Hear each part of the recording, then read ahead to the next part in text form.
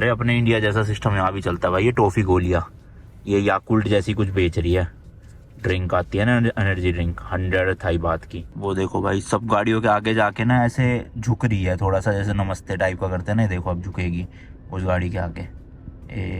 ये देखो, तो ये चीज सही लगी भाई। जैसे अपने इंडिया में तो क्या होता है, शीशे तोड़ने लग जाते हैं, ले लो ऐसे ऐसे करने लग जाते हैं भाई। बिल्कुल लिटरली कई छोटे छोटे बच्चे तो गाड़ी पे चढ़ जाते हैं और ग्रीन लाइट हो जाती है, हम गाड़ी चलानी होती है लेकिन उतरते ही नहीं है भाई, ऐसे जिद्दी है। तो बड़े ये ठीक है भाई, चीज की चीज बेचनी है पर गाड़ी के बिल्कुल भी पास नहीं आ रहे। वो देखो गाड़ी से 2 कदम अपना दूर ही है और झुक झुक के ऐसे पूछ रहे। जिसको लेना होगा ऑब्वियसली ले लेगा, जबरदस्ती वाली कोई चीज नहीं है। तो ये अच्छा लगा भाई मुझे काफी। ओहो मस्टैंग आ रही है, नहीं एमजी है भाई ये तो ये कौन सी एमजी है भाई? पूरी मस्टैंग लग रही थी आगे से, तो देखना क्या लग रही है ना, क्रेजी। चलो जी भाई, ये लेफ्ट भी बैंकॉक और स्वर्ण भूमि की तरफ जा रहा है और हमें इसी में रहना है। चा चोइंग गोन साओ।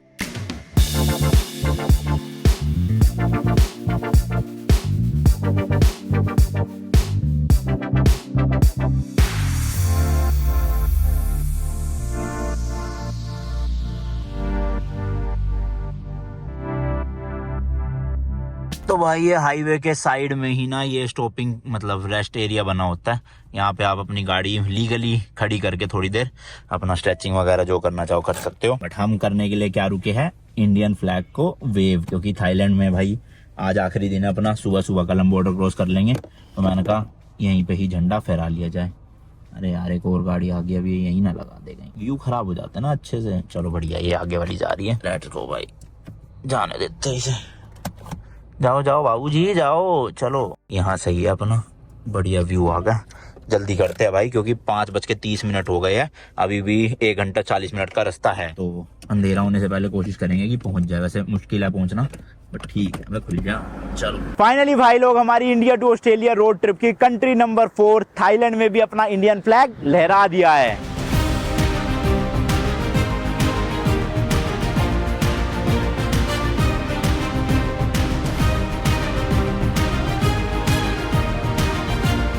सही में भाई नेक्स्ट लेवल गूज़बम्स आते हैं जब भी फ्लैग ऐसे दूसरे देश में, बड़ी ही प्राउड फीलिंग होती है। जैसे अपनी इंडियन मेड कार को मिली HR26 गुड़गांव का नंबर प्लेट वाली को हम दूसरे देशों की सड़कों पे चला रहे हैं और इस बार थाईलैंड में। दिल को बड़ा सुकून सा मिलता है। चलो फटाफट चलते हैं भाई, ड्रोन उड़ाना है क्योंकि अंधेरा तो थोड़ा रोशनी में ड्रोन शॉट अच्छे जाएंगे। तो आप इंजॉय करो भाई। अब ड्रोन शॉट 3, 2, 1 बूम।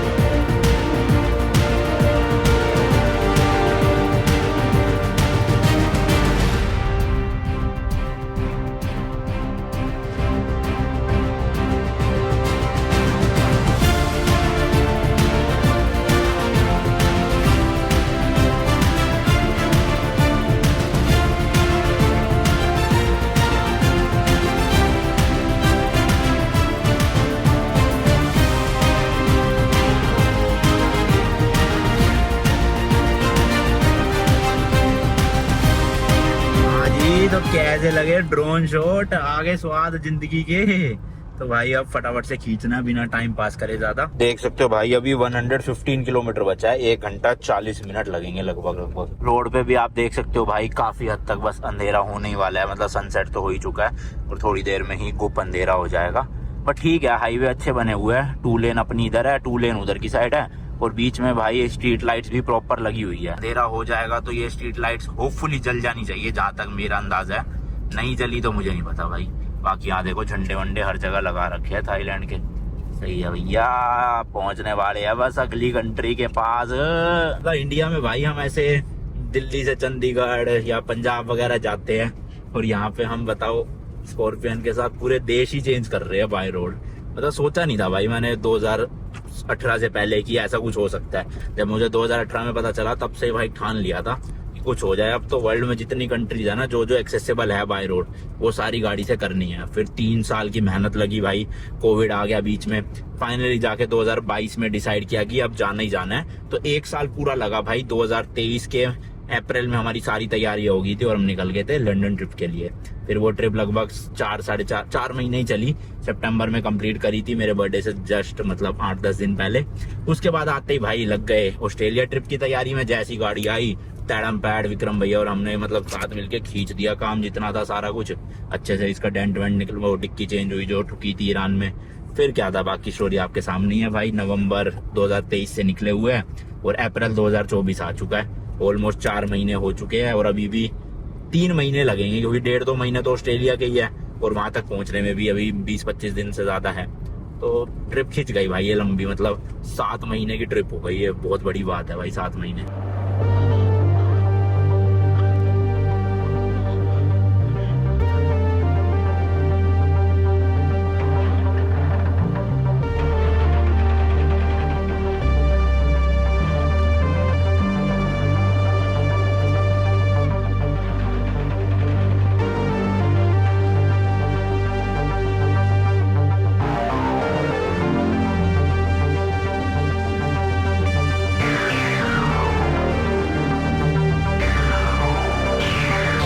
लाइट्स भाई कुछ कुछ जगह की चल रही है, कुछ कुछ जगह की अभी भी बंद पड़ी है, जबकि 6:45 हो गए हैं। और एक चीज बेकार है यार, जैसे चाइना में ना रोड्स के बीच में डिवाइडर पे उन्होंने कुछ ग्रीन कलर का मटेरियल लगा रखा था, जिससे क्या होता था जो दूसरी तरफ की हेडलाइट्स है ना या हाई बीम है वो इस तरफ गाड़ियों में नहीं पड़ती थी, तो चलाने में बड़ा मजा आता था। लेकिन यहाँ थाईलैंड में नहीं है भाई। बीच में देखो बस छोटी छोटी घास उगा रखी है, तो इसलिए सामने की हेडलाइट सारी आंखों में पड़ रही है और ढंग से विजिबिलिटी नहीं आ पाती उसकी वजह से।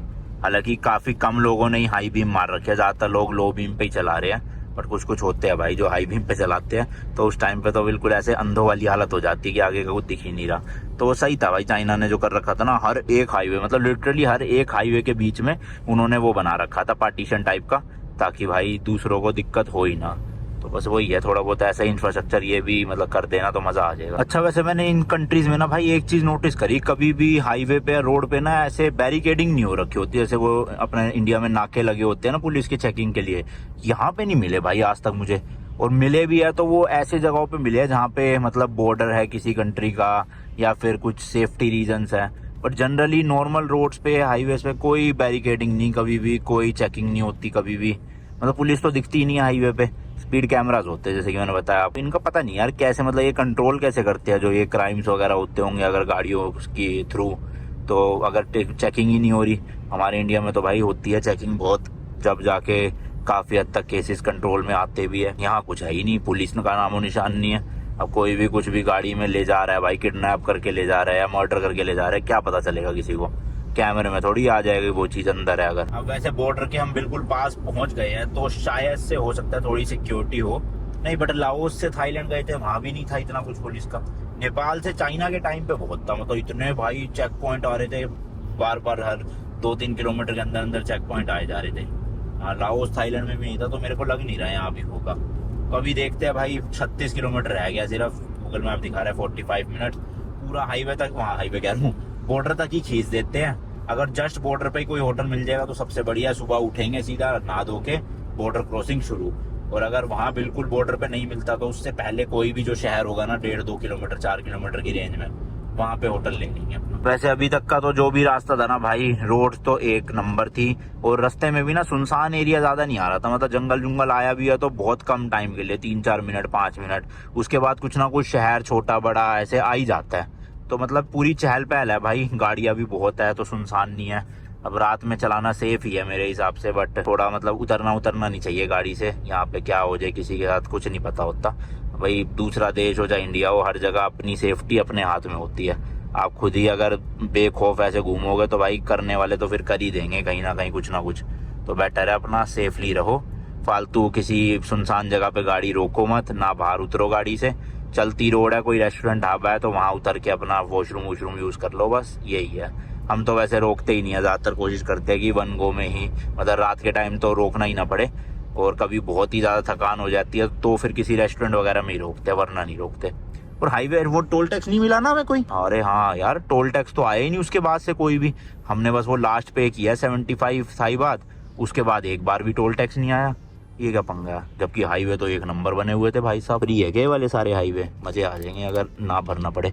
बाकी ये बॉर्डर लिखा है भाई यहाँ पे कुछ तो, बट उस जगह का नाम नहीं लिखा था जहाँ हम जा रहे हैं। यार ये तो दिखा रहा है अभी 15 किलोमीटर स्ट्रेट चलना है इसी हाईवे पे, उसके बाद फिर टर्न लेके बाकी का 18 किलोमीटर और है।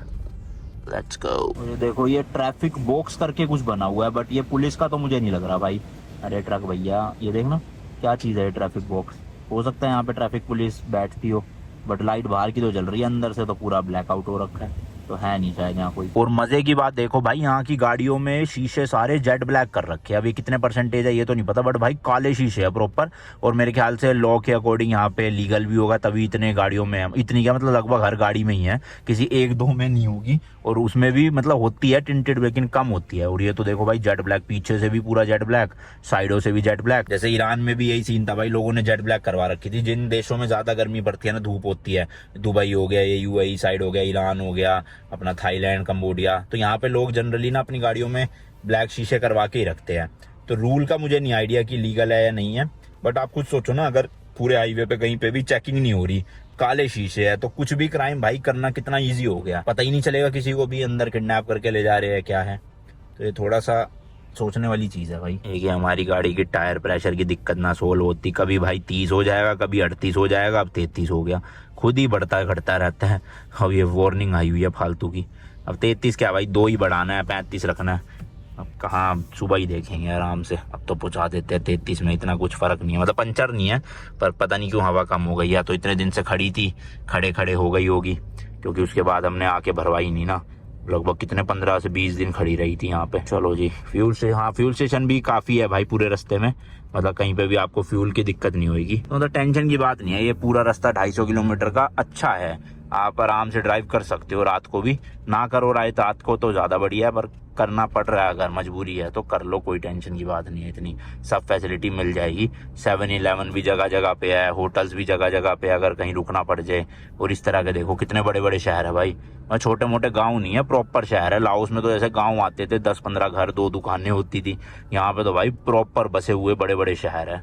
तो अच्छी है भाई, फैसिलिटीज डेवलपमेंट अच्छी कर रखी है थाईलैंड में, नो डाउट। भाई साहब देखना क्या मस्त सजा रखा है इन्होंने तो, बॉर्डर वाला शहर ही पूरा, रंग बिरंगे लाइटें। अपने इंडिया में भी लग गई है ऐसी वो वाली तिरंगे वाली लाइटों, मतलब खंभों पे लाइटें, बट इन्होंने भी सही मजा बना रखा है भाई। यहाँ पे हमें जाना है भाई लेफ्ट की तरफ, गूगल मैप के अकॉर्डिंग। ये देखो भाई 11 किलोमीटर रह गया मात्र। चलो ये तो तसल्ली है भाई कि अगर बॉर्डर पे नहीं मिला तो ये शहर इतना